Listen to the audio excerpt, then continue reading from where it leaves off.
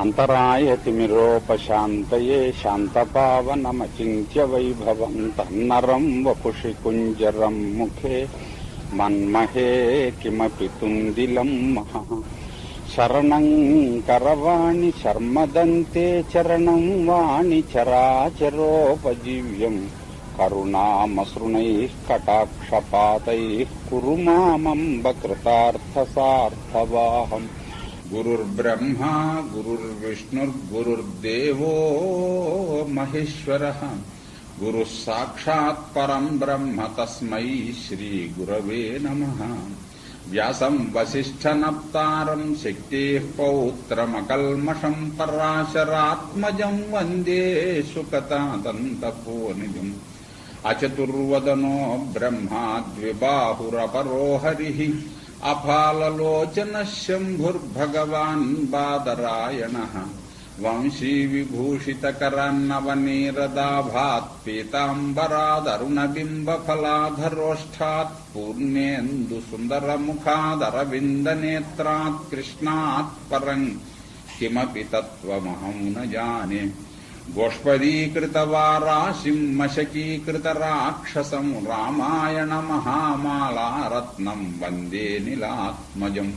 ఆపదామపహర్తారం దాతారం సర్వసంపదాం లోకాభిరామం శ్రీరామం భూయో భూయో నమామ్యహం.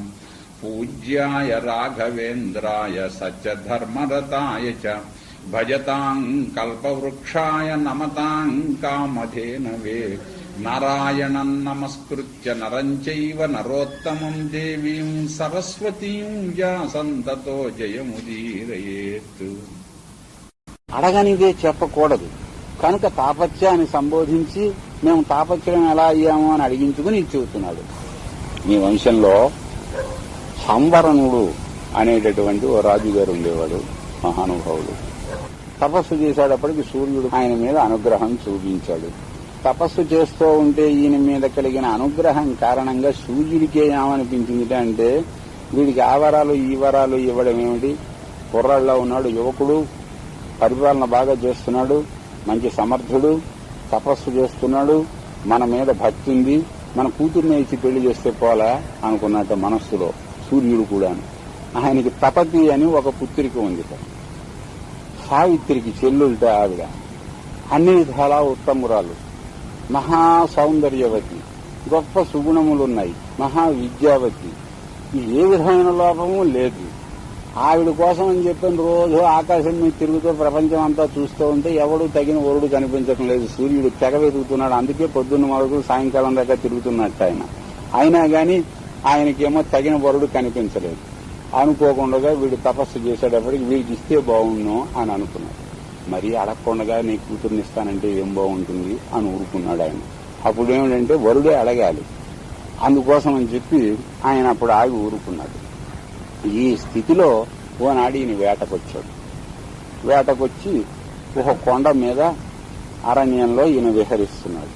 సరిగ్గా ఆ కొండ మీదకి ఆ తపతి వచ్చింది. ఆమెను చూసేటప్పటికి ఈయన ఒళ్ళు మరిచిపోయాడు. ఎవరో నువ్వు అని ప్రశ్నించాడు.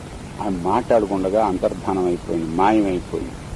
అలా మెరిసినట్టుగా మెరిసి ఎవరు నువ్వు అని అడిగేటప్పటికే కనపడకుండా పోయేటప్పటికి ఈయనకి వెరువే ఎత్తిపోయింది ఏకంగా. దాంతో మూర్ఛిల్లాడు. మూర్ఛిల్లు పడిపోయాడు.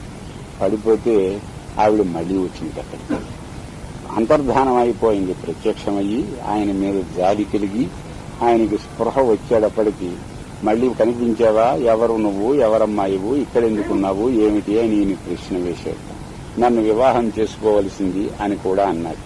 మా నాన్నగారు ఉన్నాడయ్యా, నాకు స్వాతంత్ర్యం లేదు ఆ విషయంలోనూ, ఆయన్ని కనుక్కోవలసింది నువ్వు అంది. మీ నాన్నగారు ఎవరు అంటే ఆయన అని పైకి చూపించింది చాలు. దాంతో ఈయనకి మరీ బాధ వస్తుంది.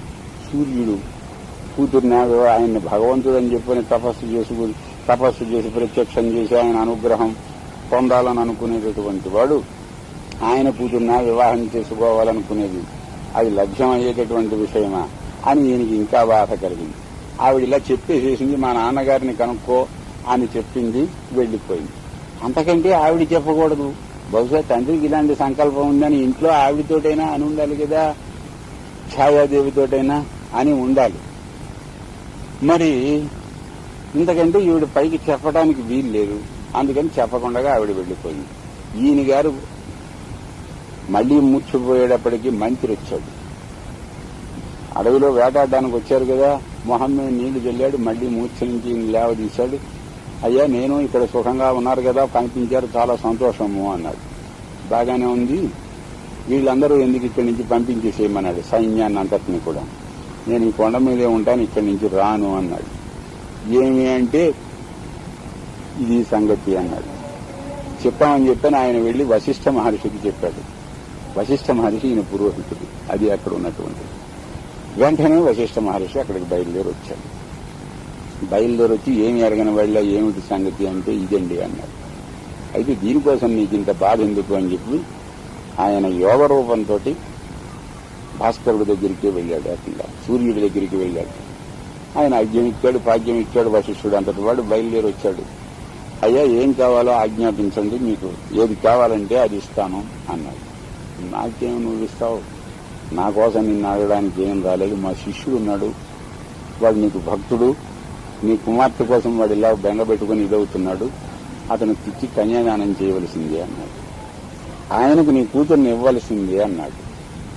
అప్పటి వివాహాలు ముఖ్యంగా రాజ వివాహాలు రాజుల ఇళ్లలో మగవాళ్ళ ఇళ్లలోనే జరుగుతూ ఉన్నట్లుగా కనిపిస్తుంది. వస్తే వీరైతే పుట్టింటి వాళ్ళు వచ్చేవారు, లేకపోతే లేదు. కావాలంటే పిల్లనిచ్చేసేసి పంపించేసేయడమే. అలాగే జరిగినట్లుగా చాలా వివాహాల్లో మనకు కనిపిస్తుంది. సూర్యుడు కూడా వశిష్ఠునికి తపతినిచ్చి పంపించాట. సరే, తీసుకుని వచ్చారు.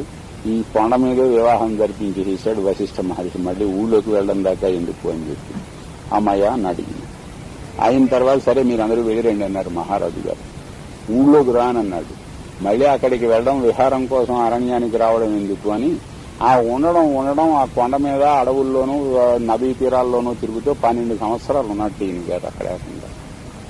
ఈ 12 సంవత్సరముల వ్యవధానంలోనూ రాజధర్మాన్ని, పరిపాలన అనేటటువంటి దాన్ని రాజు అనుసరించటం లేదు. అంచేతను ఎప్పుడైతే ధర్మం దూషితమైందో అక్కడ క్షామం పట్టుకుంది రాజ్యంలో. ఈతి బాధలు వస్తాయి అని అంటూ ఉంటారు. అతివృష్టిర్ అనావృష్టిర్ మూషిక శలభాశుక అత్యాసన్నాశ్చ రాజాన షడయతే ఈతయ స్మృత అని.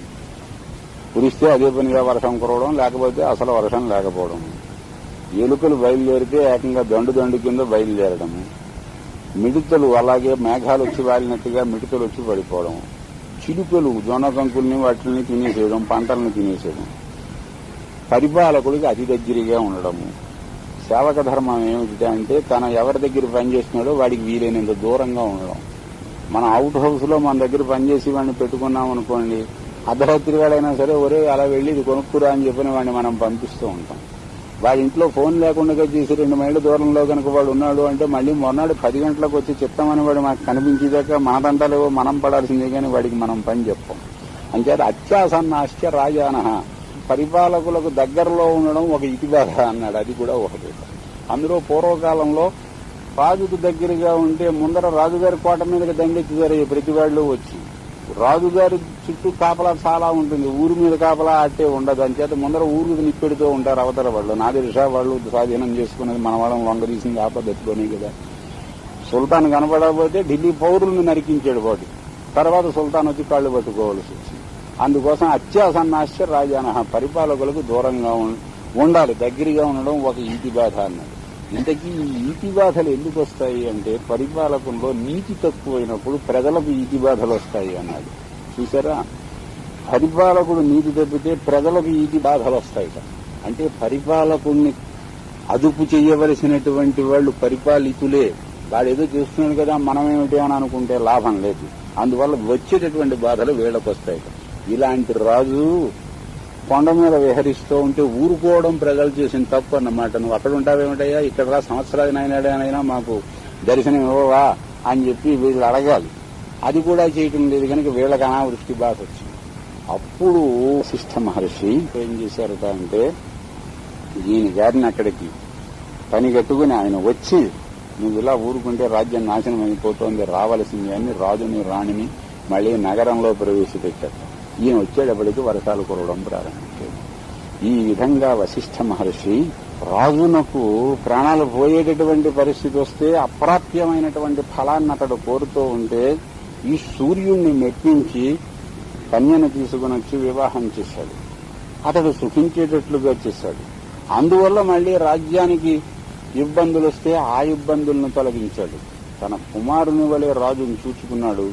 ప్రజలనందరినీ కూడా కుమారుల వలె చూచాడు. అతని ఐహిక పారమార్థిక ప్రయోజనములన్నీ కూడా సరిగా నెరవేరేటట్టుగా చేశాడు. ఆ తపతీ సంవరణులకు పుట్టినటువంటి వాడే కురురాజు. అతని వల్ల ఏర్పడినటువంటిది కురుక్షేత్రము. అందుచేతను మీ వంశంలో అతి ముఖ్యుడైనటువంటి కురురాజునకు తల్లి తపతి. అందువల్ల మీరందరూ కూడా తాపత్యులే అవుతారు. తపతి సంతానము గనక మీరందరూ కూడా తాపత్యులవుతారు. వశిష్ఠుడంటే అటువంటి వాడు. అంతటి గురువు గారు ఉన్నాడు గనక, అంత గొప్పవాడు ఉన్నాడు గనక సంవరణునికేమో అంతటి గురువు ఉన్న కారణంగానే ఈ మహాయోగములన్నీ పట్టాయి. కనుక అతి ఉత్తముడైనటువంటి గురువుని ఏర్పరచుకొనవలసిన అవసరము పరిపాలకులకు ప్రధానముగా ఉన్నది. మీరు కూడా అటువంటి యోగ్యుల్ని ఎవరైనా చూసి మీరు ఏర్పరచుకోండి అన్నారు. వశిష్ఠుడు సూర్యవంశం వాళ్ళకే గురువు అనుకున్నాం, మా వంశం వాళ్ళకు కూడా గురువు అయ్యాడన్నమాట. ఆయన వశిష్ఠుల వారి ప్రభావం ఏమిటేమిటో చాలా చెబుతారే, కొంచెం వివరంగా మీరు చెబితే వినాలని ఉన్నది అన్నారు. అయితే వశిష్ఠుని యొక్క ప్రభావం తప్పనిసరిగా చెబుతాను అన్నాడు ఆయన. స్వస్తి ప్రజాభ్య పరిపాలయంతాం న్యాయేన మార్గేణ మహీం మహిషా గోబ్రాహ్మణేభ్య శుభమస్తు నిత్యం లోకాః సమస్తాః సుఖినో భవంతు.